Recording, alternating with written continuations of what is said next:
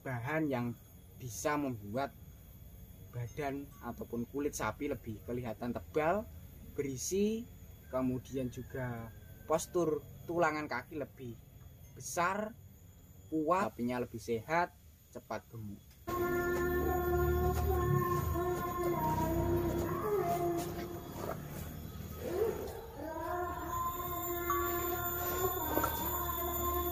Bismillahirrahmanirrahim.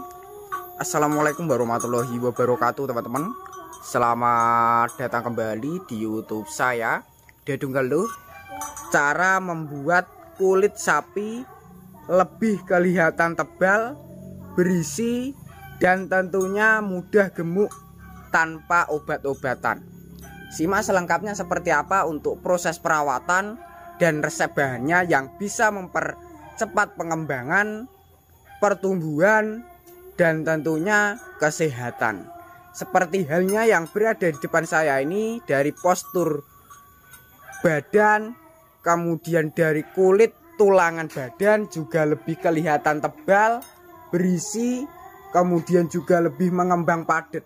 Nanti saya akan jelaskan dari resepnya. Dan untuk jenis yang pertama ini dari limusin bakalan. Seperti ini untuk postur-posturnya juga mengembang sekali, dari tulangan kaki juga lebih tebal, kuat dan besar. Nanti saya juga akan berbagi tentang resep vitaminnya yang bisa menguatkan ataupun bisa memperbesar, menebalkan tulangan badan kaki.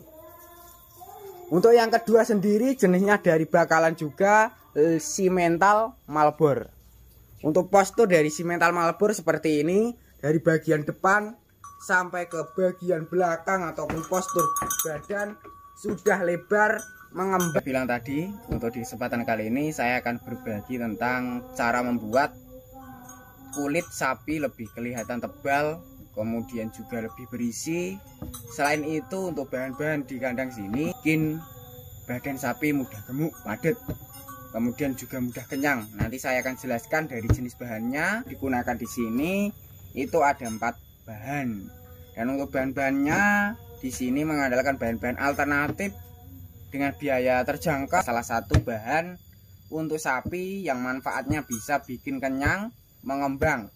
Seperti tadi, dari postur badannya kelihatan lebih mengembang, kemudian badannya lebar, itu mengandalkan jenis dari bahan ini. Dan untuk bahan yang digunakan di sini ini sudah sedikit berbeda ataupun sudah dijadikan lebih mudah, lebih simpel lagi. Di sini sudah menjadi bubur ataupun sudah menjadi lembut. Cuma untuk bubur bahan yang pertama ini sedikit berbeda dari bahan-bahan yang kemarin. Kalau kemarin itu masih mempunyai air, tapi untuk yang saya pegang ini sudah terpisah dengan air. Karena untuk kandungan ataupun bahan ini kalau dicampur dengan air itu busuknya akan cepat ataupun tidak tahan lama. Tapi kalau kita pisah dengan airnya itu bisa tahan 2 hari sampai 3 hari. Untuk jenisnya sendiri di sini mengandalkan dari ampas kedelai ataupun limbah dari pabrik tahu. Mengandalkan ataupun menggunakan jenis dari ampas tahu. Kegunaannya bisa bikin kenyang dan bisa mengembangkan postur badan. Ini bahan yang pertama. Dan untuk bahan yang kedua sendiri berada di plastik hitam ini. Untuk bahan yang pertama ini mempunyai manfaat yang sangat luar biasa, teman-teman. Selain bisa bikin cepat gemuk, juga bisa mempercepat pertumbuhan. Postur badan lebih tinggi, lebih besar, kemudian juga lebih berisi padat. Pastinya teman-teman sudah mengenal dengan jenis bahan yang kedua. Untuk bahan yang kedua di sini mengandalkan dari tepung konsentrat penggemukan dan pertumbuhan. Dari dulu sampai sekarang andalannya cuma satu, yaitu dari Primavit ataupun produksi dari Unde Handoyo Blitar. Kita menuju ke bahan yang ketiga, dan untuk bahan yang ketiga juga sama, mengandalkan dari jenis tepung juga, cuma untuk tepungnya ini ataupun bubuknya ini mempunyai khasiat yang sangat banyak sekali, teman-teman. Yang pertama, untuk manfaatnya untuk ternak sapi itu bisa meningkatkan daya tahan tubuh agar tidak mudah terserang penyakit. Dan untuk yang kedua, bisa mencegah kelumpuhan ataupun menguatkan tulangan kaki supaya tidak mudah kropos, cedera ataupun lumpuh, bisa mencegahnya. Kemudian selain itu untuk sapi betina juga bisa. Untuk teman-teman yang sapinya itu betina, tidak jenis-jenis jantan, bisa menggunakan jenis vitamin ini. Khususnya buat teman-teman yang sapinya itu baru saja melahirkan ataupun masih induan menyusui, tapi untuk asinya itu tidak lancar ataupun tidak stabil, kimpes, supaya montok lagi, supaya melimpah dari asinya, bisa menggunakan jenis vitamin ini. Dan untuk vitamin yang digunakan di sini itu ada 2 campuran. Yang pertama menggunakan premix, multipremic, dan untuk yang kedua menggunakan jenis Starbio. Untuk Starbio juga ada fungsinya lagi ataupun manfaatnya lagi, yaitu bisa untuk bahan campuran, pembuatan fermentasi, dan bisa mengurangi bau kotoran ternak. Buat teman-teman yang bau kotorannya ternak menyengat di kandang, supaya hilang ataupun supaya tidak terlalu menyengat, bisa mengikuti menggunakan jenis vitamin Starbio. Ini adalah bahan yang ketiga. Untuk bahan yang keempat ataupun bahan yang terakhir yang berada di ini teman-teman, di kresek putih. Ini yang banyak sekali kemasannya, bahan yang biaya murah tapi mempunyai manfaat yang sangat luar biasa untuk ternak. Khususnya buat teman-teman yang sapinya itu diberi comboran, minuman, bahkan sampai ke rumput kering basah masih milih-milih, tidak lahap, tidak rakus, bisa menggunakan jenis bahan yang terakhir ini dengan biaya yang lebih terjangkau. Karena untuk per kemasan seperti ini itu mulai harganya 1.500 sampai 2.000. Sedangkan untuk kemasan besar seperti ini itu harganya sekitar 10.000 sampai 12.000, tergantung dari tempat masing-masing untuk tokonya. Kalau untuk daerah sini biasanya belinya di pasar, karena untuk di pasar itu biayanya lebih terjangkau. Untuk jenisnya sendiri saya perlihatkan lebih jelas dari bahan yang terakhir. Di sini mengandalkan dari kristal ataupun jenis bubuk, cuma agak kasar. Untuk jenisnya sendiri dari garam grosso ataupun garam dapur beriodium seperti ini. Ini bahan yang terakhir yang tentunya bisa mendongkrak, bisa melahapkan ternak kalian yang mogok makan ataupun susah diberi minuman comboran. Nih seperti ini teman-teman. Untuk bahan-bahannya di kandang sini itu ada 4 bahan. Buat teman-teman yang pengen meniru, bisa mengikuti biar hasilnya itu cepat besar-besar, gemuk-gemuk seperti yang berada di kandang sini. Kemudian untuk perawatan selanjutnya supaya sapinya itu tetap sehat, selain tetap sehat juga terhindar dari jenis kutu ataupun gudiken dan ketombe, kita harus berinisiatif dengan cara memandikan sapinya secara berkala, ataupun 1 minggu 3 kali, 2 kali juga bisa. Dengan cara kita aplikasikan memberi sampo ataupun pembasmi kutu. Buat teman-teman yang sapinya itu terkena kutu, bisa membasmi dengan obat kutu, jenis-jenis obat pembasmi kutu pada hewan. Seperti halnya yang berada di depan saya ini, dari postur badannya, dari kesehatan badannya juga terawat sekali karena mengandalkan bahan-bahan alternatif ataupun bahan-bahan sampo untuk menghilangkan jenis ketombe, kutu.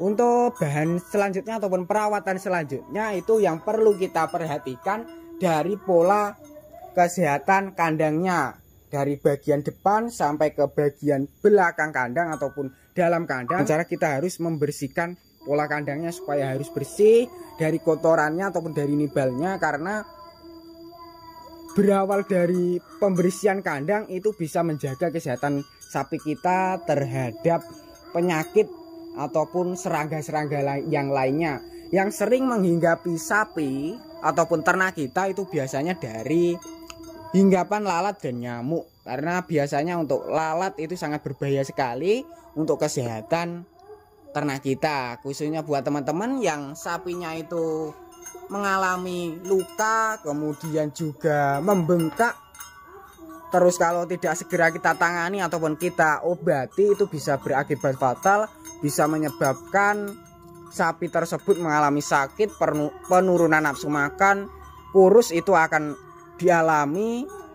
Supaya tidak sampai seperti itu, kita harus membasmi dengan memberikan bahan-bahan pewangi teman-teman. Yang sering digunakan di sini itu bahan-bahan pewangi. Untuk bahan-bahan pewangi saya jelaskan secara lisan. Biasa yang digunakan di sini itu dari multo, sampo, jenis sampo, semua jenis sampo bisa digunakan. Yang penting bahan pewangi dari sampo, multo itu bisa. Yang penting untuk cara penyemprotannya yang paling efektif, yang paling aman itu jangan disemprotkan di bagian kepalanya.